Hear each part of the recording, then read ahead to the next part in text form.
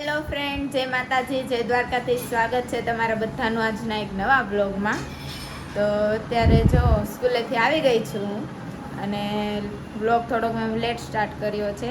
અને આ બાજુ જો મારા મમ્મી રસોઈ બનાવે છે, તો ચાલો એને પૂછીએ કે શું રસોઈમાં બનાવવાનું છે.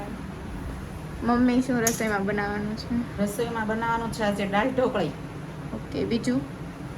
દાળ ઢોકળી છે, સાથે ભાત છે, કેરી, ઓકે. તો છાશ, પાપડ. ને રસોઈ બનાવી નાખી છે, હજી અડધી બનાવવાનું બાકી છે. કાંઈ નહીં, તો ચાલો હવે આપણે જમીન મળીએ. અને અમારા કીવુબેન ગયા છે સ્કૂલે અને મારા પપ્પા આવતા જ હશે. તો કાંઈ નહીં, ચાલો હવે આપણે જમીન પછી આપણે તમને લોકોને મળીએ. તો અત્યારે જો છે ને ખાતે રજા પડવા આવી છે એટલે બધા જો નાસ્તો કરવા બેસી ગયા છે. જો મારા મામી, નાની બધા જો. આ બેન તો શરમાતા હતા પણ અત્યારે નથી શરમાતા. જો ભાઈ બહાર છે ને વરસાદ આવે.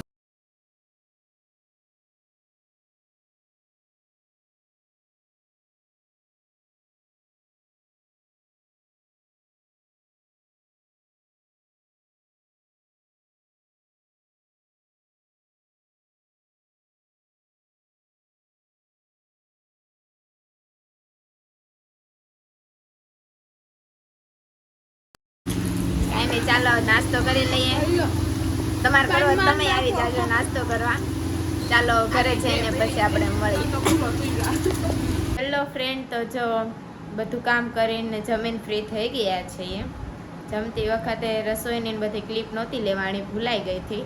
અને હવે અમારે જવાનું છે મારા માસીના ઘરે બેસવા.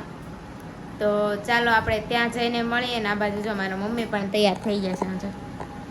મમ્મી સામું જો તો જો એ તૈયાર થઈ ગઈ છે અને અમે બધા તૈયાર થઈ ગયા છે. અને અડધા તો નીચે પણ વયા ગયા છે તૈયાર થઈને, મારા કીવુબેન ને એ બધા. તો ચાલો આપણે ત્યાં જઈને હવે આપણે મળીએ મારા માસીના ઘરે જઈને.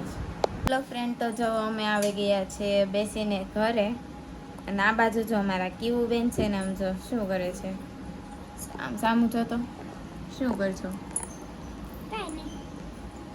એ ભાઈ ડાન્સ કરતી હતી પણ વ્લોગ શરૂ કર્યો ને તે બંધ થઈ ગઈ છે.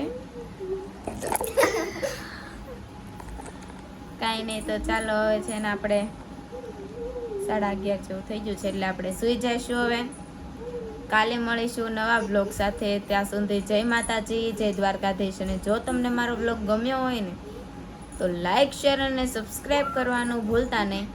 સાથે સાથે કોમેન્ટ પણ કરી દેજો કે તમને મારો બ્લોગ કેવો લાગ્યો એમ. ના બાજુ જો મારે કેવું કંઈક કરતા હતા પણ રહી ગયા. કાંઈ નહીં, બાય બાય.